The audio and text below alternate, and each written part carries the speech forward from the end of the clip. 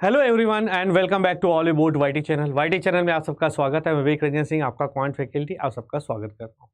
आज हम लोग बहुत इंपॉर्टेंट बात करने वाले हैं उन बच्चों के लिए जो अभी के एग्ज़ाम उनके अच्छे नहीं हुए या उनका ऐसे मार्क्स आए जो एग्ज़ाम क्लियर ना कर सके, प्लस इस साल जो लोग ग्रेजुएट होंगे उनके लिए आगे की अपॉर्चुनिटी क्या है, क्या बैंकिंग सेगमेंट उनके लिए बन सकता है, क्या हम अभी से तैयारी करें 2023 के लिए। इन सब चीज़ों के बारे में हम लोग बात करेंगे।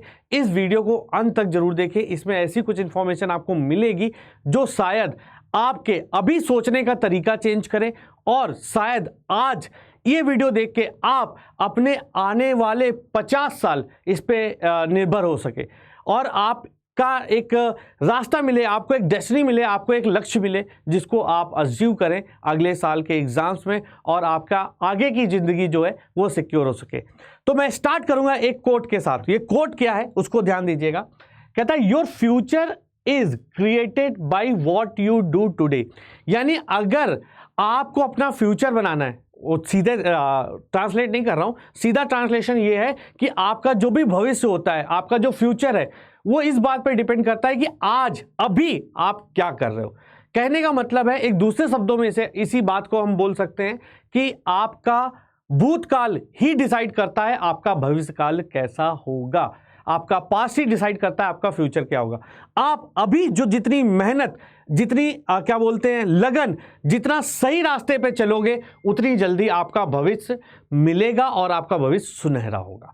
तो चलिए इस बात से स्टार्ट करते हैं। तो भाई अभी बहुत सारे एग्जाम आ गए, तो 2023 के लिए क्या है, अभी जो लोग ग्रेजुएट हो रहे हैं उनके लिए क्या है। क्योंकि अभी देखें हम आरआरबीज के हो गए और आईबीपीएस के हो गए, एसबीआई इस साल का अवेटेड है, हो सकता है ये 23 में आए, हो सकता है, देखो कई सारे कयास लग रहे हैं लेकिन अभी तक किसी के पास सॉलिड इन्फॉर्मेशन नहीं है, हो सकता है वो 2023 में हो। तो क्या आपका टारगेट 2023 है? अगर आप लोग अभी ग्रेजुएट हो रहे हैं तो आपका टारगेट ये होना चाहिए। अब कुछ चीज़ों पे हम बात करेंगे। जैसे सबसे पहली बात मैंने यहाँ पे लिखी है, बड़े ध्यान से समझिएगा क्या लिखा हुआ है। कहता है why should I prepare for bank exam. भाई मैं क्यों करूँ बैंक एग्जाम की प्रिपरेशन? अगर आप एक गवर्नमेंट जॉब चाहते हैं, जो बच्चे नए, देखो पुराने बच्चों को पता है कि भैया वो बैंक की जॉब की तैयारी क्यों कर रहे हैं, जो नए ग्रेजुएट हैं उनके लिए मैं बता दूं बैंक की तैयारी क्यों करनी चाहिए। देखो एक तो आपकी ज़िंदगी में गवर्नमेंट जॉब का एक अलग वो होता है ना, प्लस इसमें आप जब सेलेक्ट होते हो तो आपका एक स्टेटस सिंबल बनता है, तो स्टेटस इस पर बहुत बढ़िया मिलता है। प्लस इसकी जो रिक्रूटिंग एजेंसी आईबीपीएस है उसका जो प्रोसेस है, रिक्रूटिंग प्रोसेस, अगर मैं प्रोसेस की बात करता हूँ तो जैसे आप एसएससी में जाओगे, बहुत सारे गवर्नमेंट एग्जाम है, अगर स्टेट गवर्नमेंट का होता है, सेंट्रल गवर्नमेंट का एसएससी होता है, तो आप ये देखते हो आज एग्जाम हो रहा है, पता नहीं कब रिजल्ट आएगा, पता नहीं कब मेरा सिलेक्शन होगा। लेकिन एकमात्र बैंक ऐसा सेगमेंट है जिसमें कि आपने एग्जाम दिया, जिस दिन प्री दिया, जिस दिन मेंस दोगे और जिस दिन आपका इंटरव्यू होगा, वो आपसे 4 या 5 मंथ्स के अंदर ही आपको सब कुछ हो जाएगा। ये मैक्सिमम टाइम बताया 3 मंथ्स के अंदर सब कुछ हो जाता है और आप 4-5 मंथ्स में आपको चेयर मिल जाती है आपकी। तो इसलिए ये देना चाहिए एग्जाम, इसलिए देना चाहिए कि इसमें ट्रांसपेरेंसी होती है। एक सिंगल एग्जाम है, प्री दिया, मेंस दिया, इंटरव्यू दिया और आपका सिलेक्शन, और सीधे आपको इसमें ज़्यादा टाइम नहीं लेता, सालों का वेट नहीं करना पड़ता। आप देखते हैं कई सारे ऐसे एग्जाम हैं स्टेट गवर्नमेंट के, सेंट्रल गवर्नमेंट के, जिसका एग्जाम देने के बाद हमें कितना वेट करना पड़ता है, पता चलता है कभी रिजल्ट नहीं आता। तो यहाँ पे ये बैंक एग्जाम्स में नहीं होता। तो आप ये कई कारण हैं, ऐसे बहुत सारे कारण हैं, लेकिन ये 3 मेजर कारण है जिसमें कि आप गवर्नमेंट की तैयारी कर रहे हो तो बैंक एग्जाम आपके लिए होना चाहिए। चलिए आगे बढ़ते हैं। अब बात करते हैं कि कौन कौन से एग्जाम होते हैं इसके अंतर्गत। तो इसके अंतर्गत बेटा देखो इंश्योरेंस भी होता है, इंश्योरेंस में नहीं, मैं सिर्फ बैंक पे फोकस कर रहा हूँ। देखो एक आरआरबीज होता है, जैसे रीजनल रूरल, ये उन लोगों के लिए होता है जिसका ग्रेजुएशन किया है, जिनका आर्ट साइड है, जिनका इंग्लिश कमजोर रहा, तो यहाँ पर आपको आपकी लैंग्वेज मिलती है। और आपको जैसे कि आपके एरिया में, आपके क्षेत्र में जो ग्रामीण बैंक है, रीजनल रूरल बैंक, ठीक है, जो ग्रामीण बैंक है उसमें इसमें आपको जॉब मिलती है।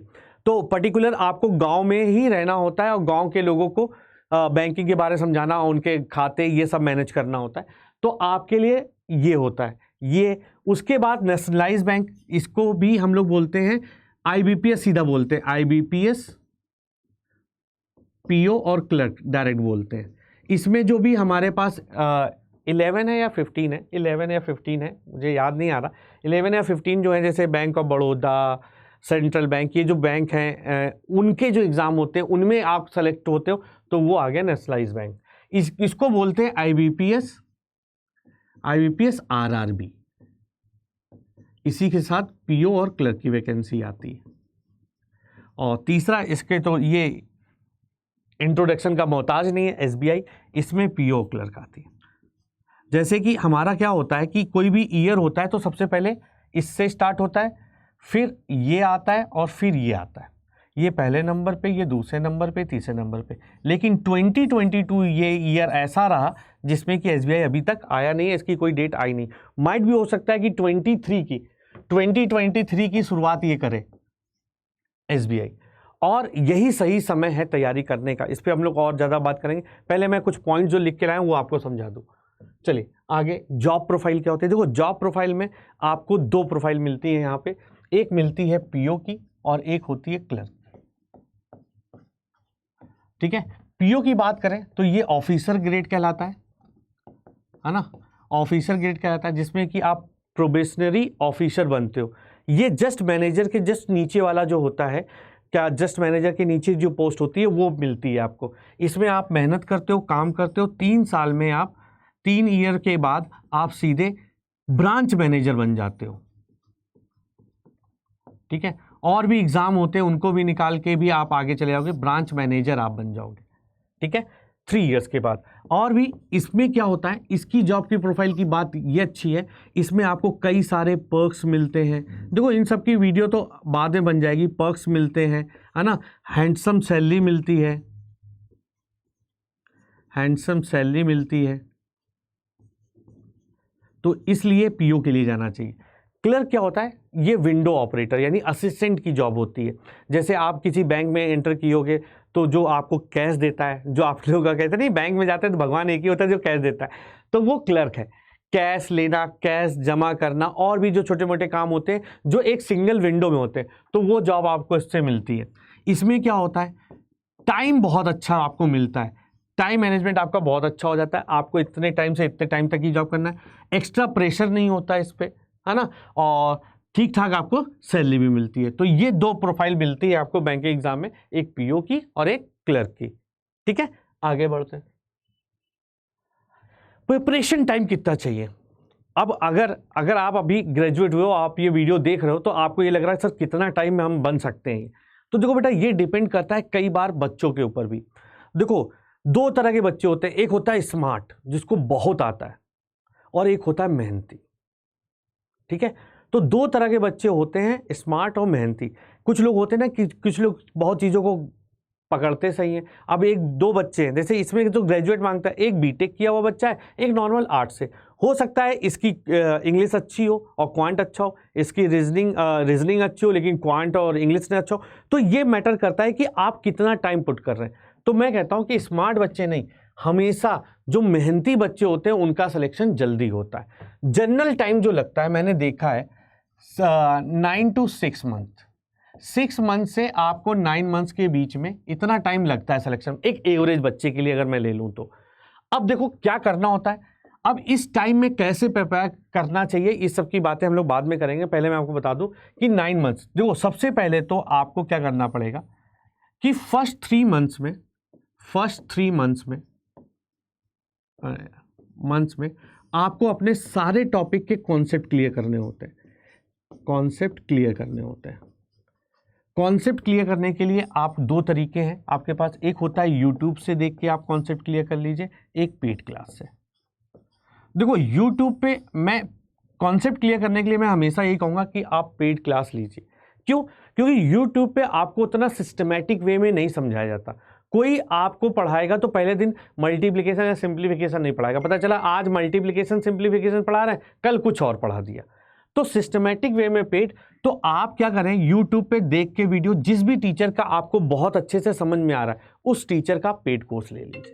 ठीक है, उस टीचर का आप लोग क्या ले लेंगे, पेड कोर्स ले लेंगे। जब आप उस टीचर का पेड कोर्स ले लेंगे तो आपका एक कॉन्सेप्ट पहले क्लियर हो जाएगा। कॉन्सेप्ट क्लियर करने के बाद आती है प्रैक्टिस। अब प्रैक्टिस करने के दो तरीके होते हैं। एक होता है कि जो जो कॉन्सेप्ट आप क्लियर कर रहे हो उसके हर एक टॉपिक के 50 क्वेश्चंस आपको प्रैक्टिस करनी चाहिए, साथ में टॉपिक टेस्ट देने चाहिए, ठीक है, टॉपिक टेस्ट देने चाहिए, सेक्शनल टेस्ट देने चाहिए, सेक्शनल टेस्ट देने चाहिए। इन सब से आपको प्रैक्टिस करनी है। आपके पास खूब सारी पीडीएफ ले लीजिए, बुक्स ले सकते हैं। पीडीएफ करना ज़्यादा आसान होता है, क्यों? क्योंकि आपको एग्ज़ाम जो देना है, कहाँ देना है? स्क्रीन पर देना है। तो आपके लिए मैं ये टेस्ट ज़्यादा प्रेफर करता हूँ कि अगर आपने एक बार कॉन्सेप्ट क्लियर कर लिया तो टेस्ट पे ज़्यादा ध्यान दें, ठीक है। उसके बाद पीडीएफ लगाइए और लास्ट में जब आपके पास नोटिफिकेशन आ जाता है वहाँ पे इसका काम शुरू होता है मॉक्स का। इसमें एक और प्रीवियस ईयर पेपर, क्योंकि जब तक आप प्रीवियस ईयर पेपर नहीं लगाओगे आपको पता नहीं चलेगा आपका एग्जाम किस लेवल पे आता है और किस तरह का आता है। फिर जब नोटिफिकेशन आ जाता है तब आपको मॉक्स पे जाना है। तो ये 3 महीने और रेस्ट टाइम इसमें देना है। ये 3 महीने में आपको सिलेबस खत्म करना होता है और बाकी 6 मंथ आपको ये करना है। तो आप इसके बीच में आप आसानी से सिलेक्शन ले सकते हो अगर आप अपने लिए क्या हो, ईमानदार हो। तो मैं बताऊं अब इसके लिए आपको कितना टाइम पढ़ना चाहिए डेली। देखो डेली जो होता है एक सच्चा एस्पायरेंट अपना 50% टाइम पढ़ने में लगाता है, यानी कि मैं कहूँ तो 12 आवर्स आपको निकालने पड़ेंगे। और साथ ही साथ हर आपको पता नहीं कौन से टॉपिक आते हैं, जैसे प्री की बात करें तो क्वांट, रीजनिंग, इंग्लिश आता है, तो इसका पर्टिकुलर का इक्वल डिस्ट्रीब्यूशन होना चाहिए आपको टाइम देने के लिए। 12 घंटे के तो 4-4 घंटे टाइम दीजिए। एक सीरियस एस्पायरेंट, ऐसा नहीं कि आप 12 घंटे पढ़ेंगे तभी आपका सिलेक्शन होगा। जब देखो बेटा ये एवरेज बच्चे के लिए बता रहा हूँ, कोई बहुत तेज है जो पहले से तैयारी कर रहा है जिसको सब कुछ आता है उसके लिए ये 9 घंटे 8 घंटे हो जाएगा। लेकिन एक जो नया बच्चा स्टार्ट कर रहा है, एवरेज बच्चा है, उसको इतने घंटे देने पड़ेंगे। कब? जब वो एक ही बार में एग्जाम निकालना चाहता है। आप 2 साल में निकालना चाहते हो तो आप इसमें टाइम घटा सकते हो, उसमें कोई बात नहीं, ठीक है। तो ये चीज आपको करनी है। आगे बढ़ते अब हाउ टू प्रिपेयर में मैंने सब कुछ बता दिया, वैसे तो हाउ टू प्रिपेयर ही बता दिया। क्या करना है? पहले यूट्यूब देखना है और प्रीवियस ईयर पेपर देखना है, फिर एक टीचर को सेलेक्ट करना है। मैं फिर से बेटा फ्लो चार्ट बना देता हूँ। टीचर को सेलेक्ट करना है, टीचर आपका कौन होगा, उसका पेड कोर्स लेना है ना। कॉन्सेप्ट क्लियर करने,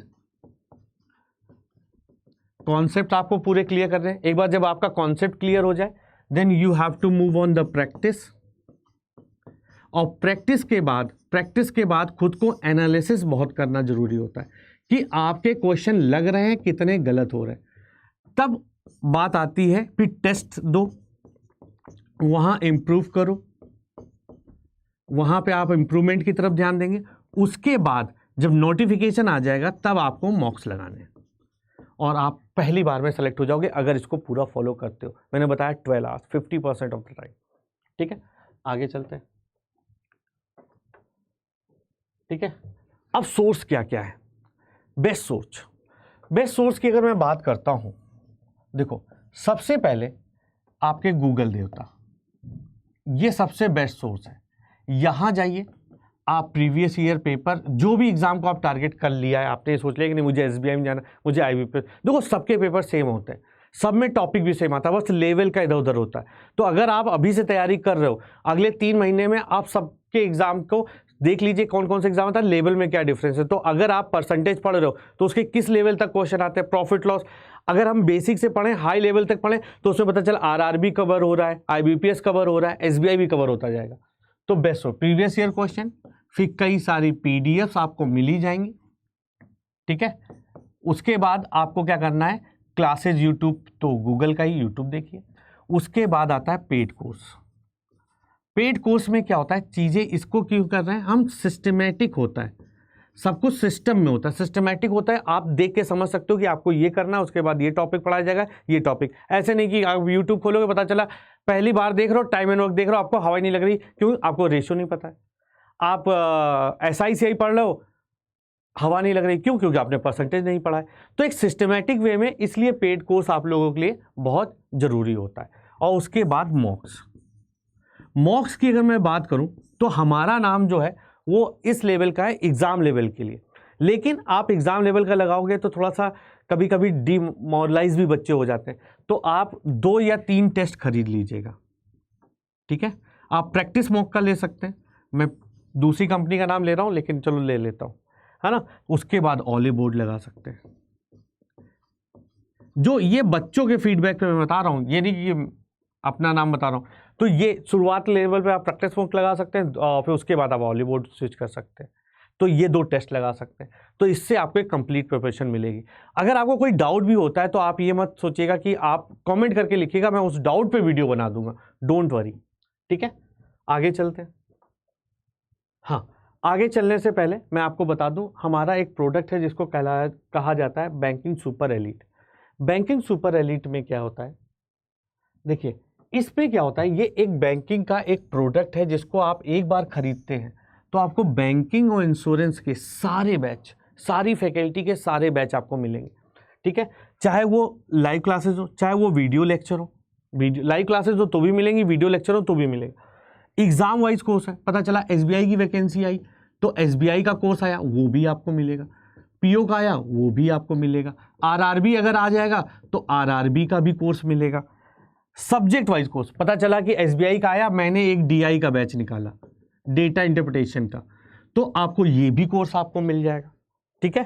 टॉपिक वाइज कोर्स भी मिल जाता है। अब इसी में प्रैक्टिस के लिए आपको प्रीलिम्स के मॉक टेस्ट, मेंस के mock test, sectional topic test जो जिसकी मैंने पहले बात की थी, हाई लेवल टेस्ट लेना हो डीआई रीजनिंग इंग्लिश का वो भी मिल जाएगा, डेली लाइव प्रैक्टिस सेशन मिलता है, ये प्रैक्टिस सेशन आपको मिल जाएगा, स्पीड इंप्रूवमेंट टेस्ट मिल जाते हैं, और एनालिसिस करने के लिए आर्टिफिशियल इंटेलिजेंट पे बेस्ड परफॉर्मेंस एनालिसिस मिलेगा। स्ट्रॉन्ग और वीक एरिया आपको पता चलते रहेंगे, टाइम और डिफिकल्टी एवोल्यूशन आप कर पाओगे। तो ये प्रोडक्ट आप लोगों के लिए बहुत बेहतरीन है। अगर आप लोग ये प्रोडक्ट लेना चाहते हो और 2023 अगर आपका टारगेट है तो आप कोड यूज कर लीजिएगा विवेक, जिसमें आपको मिलेगा एक्स्ट्रा डिस्काउंट, 30% प्लस डिस्काउंट मिलेगा इस पे। तो आप जाइए और इसका फायदा उठाइए, ठीक है। होप आपको बात समझ में आई होगी। अगर कोई डाउट होता है तो प्लीज़ कमेंट सेक्शन में जरूर लिखिएगा, मैं उस कमेंट सेक्शन में हो सकेगा वहीं आंसर करूंगा, नहीं तो अदरवाइज कोई ना कोई वीडियो आपके लिए बनाऊंगा। तो अगर आप टारगेट कर रहे हो 2023 तो ये है आपकी बेस्ट स्ट्रेटजी। और भी मिलेंगे नेक्स्ट वीडियो में, till then bye bye, take care, thank you.